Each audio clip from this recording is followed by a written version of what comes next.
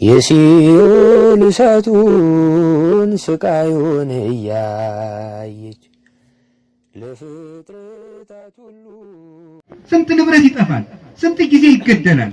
ገንዘብ ደግሞ ላወቀበት ያጸድቃል፣ ላላወቀበት ያጠፋል። ስለዚህ ገንዘባችሁንም ጊዜያችሁንም አትጨርሱት፣ እወቁበት። ቤተክርስቲያን በዓመት የጥምቀትና የመስቀል ብቻ ሳይሆን በየቀኑ ማለዳ ቤተክርስቲያን ሳትገቡ እንዳትውሉ፣ እሁድ ሳታስቀድሱ እንዳትቀሩ፣ ንስሐ ገብታችሁ ቅዱስ ሥጋውን ክቡር ደሙን ተቀበሉ። መልእክቴን አስተላልፌ ወደ ትምህርቴ ለመሄድ ነው ማለት። ትምህርቱን እየጨረስኩት አይደለም። ስለዚህ አሁን ዛሬ ሁላችሁም ቃል የገባችሁልኝ አንደኛ እንደማትሰክሩ እሺ በሉ። መጠጥ የሚፈቀደው ሁለት ይፈቀዳል። በእውነት ማለት እግዚአብሔር የፈጠረውን ፍጥረት ርኩስ ማለት መጠጥ ርኩስ ነው ማለት ኃጢአት ነው። እግዚአብሔር ቀምሳችሁ አመስግኑ ብሏል። በእውነቱ ማለት አይምሮንም ይሰጣል። በዚህ እግዚአብሔር አልከለከለም። በቀር ግን የበዓል አባ መቃርስን መነኮሳት ተሰብስበው አባ አቤት የበዓል በዛ እያደረግን ምን ጠጣሳ አሉት። የበዓል ሰይጣን የለም ወይ አለች። አይደለም በዓል ሳይሆን የነበረው ሰይጣን ዛሬም አለ። ስለዚህ የበዓል መስከር በሰኞ አለመስከር ያለ ማን ነው? የለም። አንደኛ እንዳትሰክሩ እሺ በሉ። ሁለተኛ ዘፈን ማቆም አለባችሁ። ዘፋኞች ሊጣሉኝ ይችላሉ። እሺ በሉ። ይሄንንም ዛሬ ጀምሮ ማለት እስቲ መስቀል መሸከም ማለት ይሄ። እስቲ ሁላችሁ የክርስቶስን መስቀል ይሸከማለሁ ብላችሁ እጣታችሁን አመሰቃላችሁ ከቀኝ ትከሻችሁ ላይ አርጉ። እሺ ጥያቄ፣ የክርስቶስን መስቀል ትሸከማላችሁ አትሸከሙ? ትሸከማላችሁ አትሸከሙ? ትሸከማላችሁ አትሸከሙ? ቆይ እንዳታወርዱ። የክርስቶስን መስቀል መሸከም ማለት የምንወደውን አስቸጋሪ ነገር ለክርስቶስ ብለን መቻል ማለት ነው። ስለዚህ ዛሬ እንግዲህ አሁን በየድንኳኑ በእርግጥ እዚያ ድንኳኑ ያሉት አልመጡም መሰል፣ በዚያ የተዘጋጀ ሞንታርቦ ዘፈን አለ። ዛሬ ዘፈኑን ትተውታላችሁ አትተውትም? በሁላችሁም እንተዋለን በሉ። ከዛሬ ጀምሮ ከሞባይላችሁ ዘፈን ታጠፋላችሁ አታጠፉም? እግዚአብሔር ደግሞ የእናንተን ክፉ ነገራችሁን ያጥፋላችሁ። እግዚአብሔር ከሁላችን ጋር ይሁን። ስለዚህ ቤተክርስቲያን አትቅሩ፣ ንስሐ አባት ያዙ፣ ቅዱስ ሥጋውን ክቡር ደሙን ተቀበሉ። ወደ ትምህርታችን ስንሄድ ይሄ መኃልየ ስጣውያት ያልነው ይህ ክርስቶስን የመፈለግ ጥያቄ ነው። ክርስቶስን የፈለገበት የነብዩ የፍጥረታት ጥያቄ ነበረ። ዘአፍቀረት ነፍሴ ንግረኒ ዘአፍቀረት ነፍሴ የወደደችህ ንገረኝ በወዴት ትኖራለህ የሚለው ይህንን ጥያቄ ብዙ ነፍሳት ጠይቀውታል። እግዚአብሔርን በጉልበት የፈለጉትም ነበሩ። ፎቅ ሰርተው እግዚአብሔርን ለመውጋት ወደ ላይ ፎቅ የሰሩ ሰዎች እንደነበሩ ኦሪት ዘፍጥረት ምዕራፍ 11 ላይ ታሪኩን ታውቁታላችሁ፣ አልተርከውም። እግዚአብሔርን በጉልበት ፈልገው እናሸንፈዋለን ያሉ ሰዎች ነበሩ።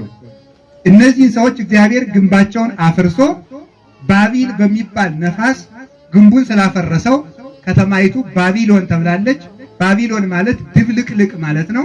የዚያ ጊዜ ዓለም አንድ ቋንቋ ይናገር የነበረ ብዙ ቋንቋ የተፈጠረው የዚያን ጊዜ ነው። አሁን በዚያ ቋንቋ ምክንያት ዓለም እየተባላ ይገኛል። በእውነቱ ማለት ነው ሰው ከቋንቋ በላይ መሆን አለበት እንጂ ቋንቋ ከሰው በላይ መሆን የለበትም። ሰው ከቋንቋ በላይ ሆኖ በእግዚአብሔር አርአያ የተፈጠረ ክቡር ፍጥረት ነው። መግባባት ከሆነ እኮ ቋንቋ መግባቢያ ብቻ አይደለም፣ መከባበሪያ መተዛዘኛም ነው። መግባባት ከሆነ እንስሳትም ይግባባሉ በጩኸታቸው ማለት ነው። እንዲያውም አሁን እኮ የውጭ ሀገር ዝንጀሮዎች እንደሚያደርጉ ታውቃላችሁ። ሳይክል ይነዳሉ፣ ሻይ ቤትም እያስተናገዱ ነው እየተባለ ነው በእውነቱ ማለት ነው። ከዝንጀሮ የምንበልጠው ለምንድን ነው? በማስተናገድ በመማር ደብተር በመያዝ ነው እንዴ? አይደለም። የምንበልጠው በምንድን ነው? ከእንስሳት የምንበልጠው ስለተግባባንበት ነው፣ ስለጻፍን ነው።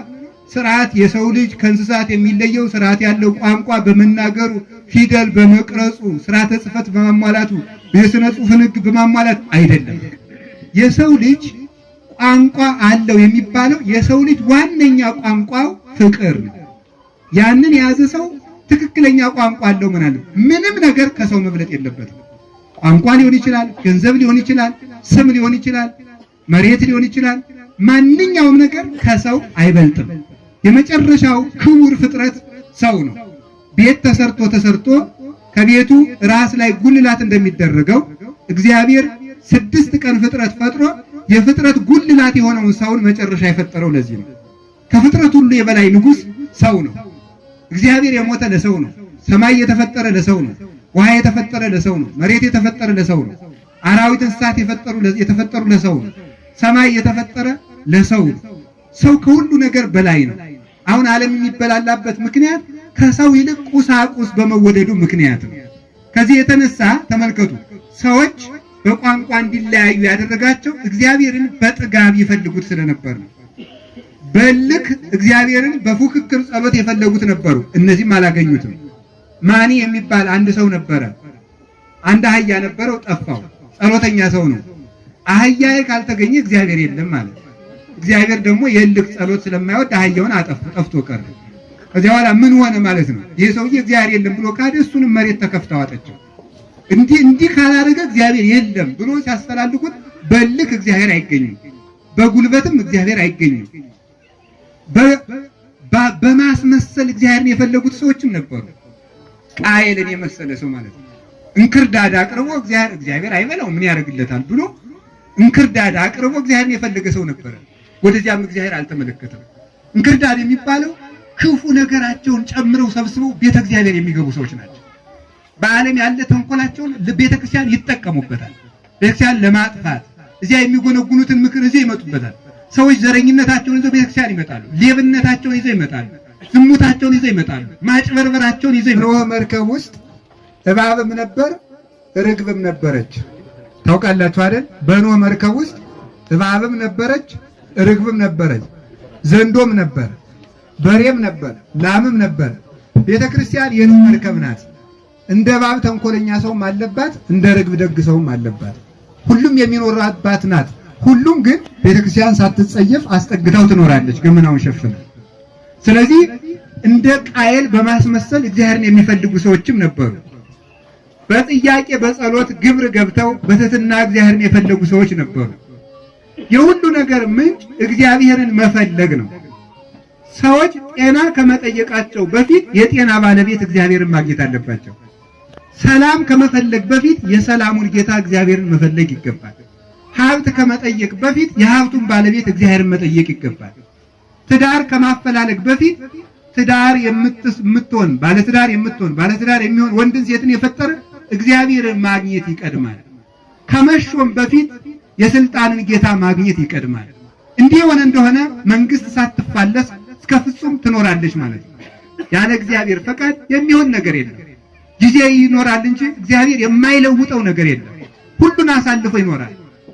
እንዳ አንተ አቅደምከ ሳርሮታ ለምድር ወግብረ ደዊከ ማንቱ ሰማያት ማንቱ ሰይት ሐጎላ ወአንተሰ ትሄሉ ወአመቲከኒ ይሐልቅ አንተ ክመ አቤቱ ይላል። ሰማይና ምድርን አንተ መሰረት፣ የእጅ ስራዎች ናቸው። እንደ መጋረጃ ለውጠ እንደ ብል ተበልተው አልቀው አንተ ለዘላለሙ ጸንተ ትኖራለህ። አንተ ግን ያው አንተ ነህ ማለት እግዚአብሔር ሁልጊዜ እግዚአብሔር ነው። እግዚአብሔር ሁልጊዜ እግዚአብሔር ነው ማለት ምን ማለት ነው? ትናንት መጽዋች የነበረ ሰው ዛሬ ሌባ ይሆናል። ትናንት ድንግል የነበረ ሰው ዛሬ ዘማው ይሆናል። ትናንት ንጉሥ የነበረ ሰው ዛሬ ባሪያ ይሆናል። እግዚአብሔር ግን ሁልጊዜ እግዚአብሔር ነው። የማይለወጥ ንጉሥ እሱ ነው። በጌትነቱ ጸንቶ የሚኖር ሳይጎድል የሚሰጥ ሳይጠይቅ የሚያውቅ ሳያጣ የሚለግስ ሳይነግሩት የሚያውቅ እሱ ሕያው እግዚአብሔር ነው። የአምር እግዚአብሔር ገቢረ ፍትሕ ፍርድን አጠናቆ የሚፈርድ እግዚአብሔር ነው። ይተአመር ብለው ይተረጉሙታል።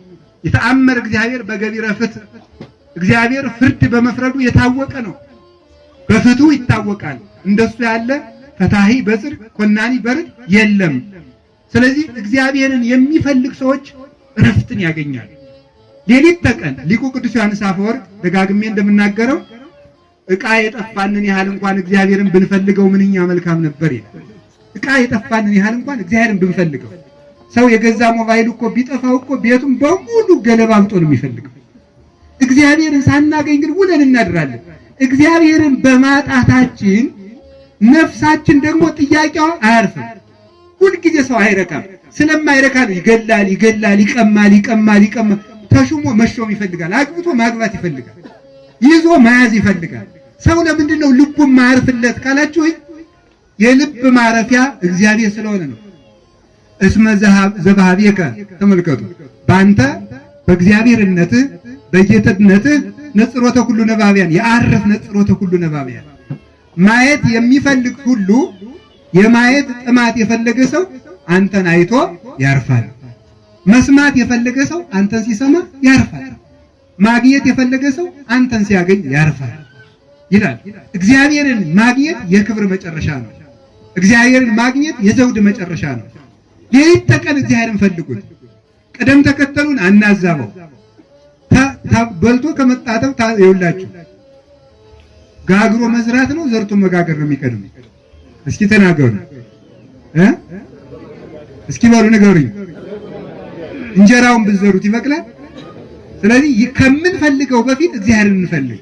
እግዚአብሔርን ስናገኘው በእግዚአብሔር ሁሉ ይገኛል። ምክንያቱም እግዚአብሔር ዓለምን የያዘ በመሆኑ ማለት ነው። እግዚአብሔርን ዓለምን የያዘ በመሆኑ ይሄ ጥያቄ በብዙ አባቶች ጥያቄ ሆኖባቸው ለፍተውበታል። አብርሃም እግዚአብሔርን ሲፈልግ ኖሯል። ይስሐቅ አይቴኑ በግው ለመስዋዕት እያለ ሲፈልግ ኖሯል። ቅዱስ ዳዊት እግዚአብሔርን ፍለጋ ወብዙሃን ይቤሉ መኑ የነሰናይቶ በጎ ነገር የሚያሳየን ማን ነው ብሎ እግዚአብሔርን ፍለጋ ነብዩ ኢሳይያስ ደግሞ ግስሶሙ ለአድባር ወረድ ግስሶሙ ለሰማያት ወረድ እባክህ ሰማያትን ቀደህ ውረድ አንተን በመፈለግ ነፍሳችን ደከመች ይላል። ቅዱስ ዳዊት ደግሞ ሐሰስኩ ገጸከ ገጸጽ ያከ ሐሰስ እግዚኦ ይተሚት ገጸከ ምኔ ወይትትጋስም ገብርከ ተሚአከ አቤቱ ፊትህን እሻለሁ ፊትህን ከኔ አትመልስልኝ። ፊትህን የማየውስ መቼ ነው? ከማያፈቅር ኃየል ሀባንቂ ተማያት ከማውት አፈቅር ነፍሴ ሀበ እግዚአብሔር ሕያው ጸማት ነፍሴ ለከ ነፍሴ አንተን ተጠማች። ፈጣሪ አንተን የማይ መቼ ነው?